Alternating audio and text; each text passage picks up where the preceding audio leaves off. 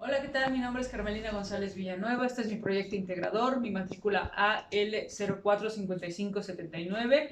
Curso la materia de Derecho. Este es mi proyecto integrador de bienes y sucesiones. Me pidieron responder una serie de preguntas. ¿Qué es el registro, el derecho al registro público de la propiedad? Bueno, es el derecho que me permite hacer oficial la pertenencia de algún bien. Normalmente son los bienes inmuebles, pero en general es un conjunto de normas que regularizan o protocolizan una serie de procedimientos para darle una validez oficial. Es parte del derecho administrativo y del derecho civil. Los principios que rigen la inscripción al registro público de la propiedad: primero debe de existir el bien y luego tiene que ser ante un notario. Él va a dar fe del acto jurídico y del registro. Ahora, los principios, existen el principio de tracto sucesivo, es decir, debe haber una cadena de registros. Por ejemplo, el Pepito se la vende a Juanito y Juanito me la vende a mí. Todo esto en el registro público de la propiedad queda asentado. Quién le vendió a quién primero y quién después adquirió dicha propiedad. Después hay un principio de fe pública registral. Es tener por verdadero el acontecimiento en cierta fecha. Es decir, en la fecha que se realiza el trámite queda sentado en el registro público de la propiedad. Pepito, Juanito y a mí nos vendimos el 5 de mayo del año 2000 y queda asentado cuando se realizó dicha venta. El principio de tercero registral. Esto protege a aquella persona que adquiere el bien inmueble. Es decir, si ellos me vendieron a mí, me protege de cualquier acto que vayan a hacer ellos o terceras personas, porque la propiedad me pertenece a mí ante el registro público. Luego está el principio de prioridad. Esto quiere decir, primero en tiempo, primero en derecho. Si yo lo compré, yo lo pagué, me pertenece a mí. No puede llegar otra persona y querer adquirir dicho inmueble si yo ya lo registré y está a mi nombre. Principio de especialidad. No solamente se registra el documento, sin el inmueble, sino también documentos. Tiene que estar los metros cuadrados, las características generales, los costos, quién da fe pública de que se realizó esa venta y esa compra, en dónde está ubicada, con cuáles colinda, o sea, tiene que ser detallado. Y el principio de legalidad. Esto tiene que calificar de acuerdo al acto jurídico, es decir, tenemos que ser mayores de edad, con facultades mentales para hacerlo. O sea, no puede llegar un niño a comprar una casa, ¿sí? Porque no tiene la figura jurídica. Después vamos al derecho sucesorio.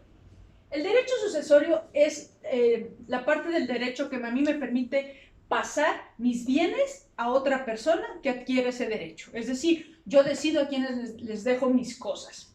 Hay dos clases de esta sucesión y consiste en la hereditaria o la legítima. Es decir, la legítima se considera también como legados. La hereditaria, vamos por partes. Aquí tenemos también la testamentaria, que se transmite bienes, derechos y obligaciones a través de un testamento.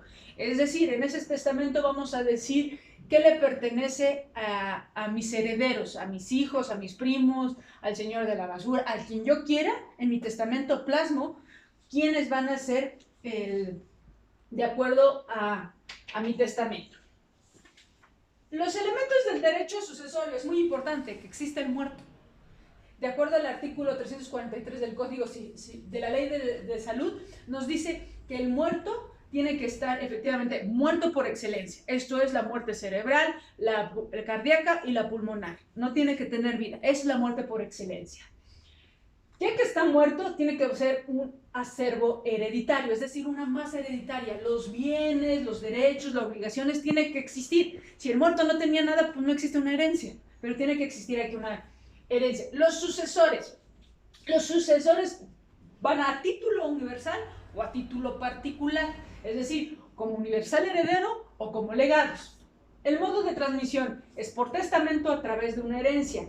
El testamento es un acto jurídico personalísimo, unilateral, revocable y libre. Bueno, ahora vamos a la sucesión testamentaria legítima. Es decir, intestada, también conocida como intestada. Es decir, no existe testamento, por ende, no existe un heredero. Sí existe una masa hereditaria, pero no existe heredero.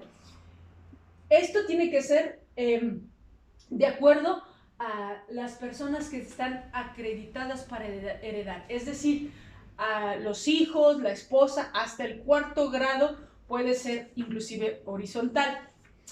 Es aquí cuando no contemplan todos los bienes, entonces tienen que hacer un reajuste de la masa hereditaria.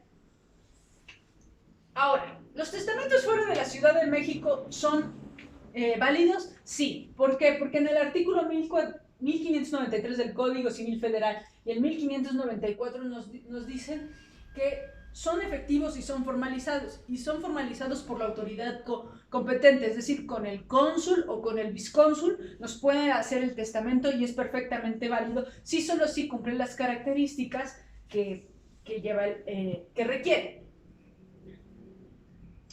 En la sucesión testamentaria son bienes a favor de los herederos o los legatarios, es decir, tiene que haber una herencia vacante, tiene que nombrar, en caso de ser legatarios, tienen que nombrar: mi coche le pertenece a fulanito, mi silla le pertenece a sutanito, y así, esos son los legados, les dan específicamente a cada quien una cosa. El heredero es el responsable de todo aquello que a lo mejor no está estipulado, pero tiene que poner por única y universal heredera a cierta persona. Si es así, entonces todos los bienes que va a adquirir el difunto o que tiene el difunto que no esté en el testamento pasarían a manos del heredero. En caso de que no pusiera a único y universal heredero, todo lo que adquiriera el muerto que está fuera del testamento, nos iríamos a una sucesión intestada, es decir, se pelearían todos por esos artículos que no están dentro del testamento. Entonces es muy importante que aquella persona que va a hacer su testamento nombre sí legatarios y único y universal heredero para que no tenga y adquiera problemas. Conclusiones. ¿Sí? Mis conclusiones. Las conclusiones de esta materia son vastas.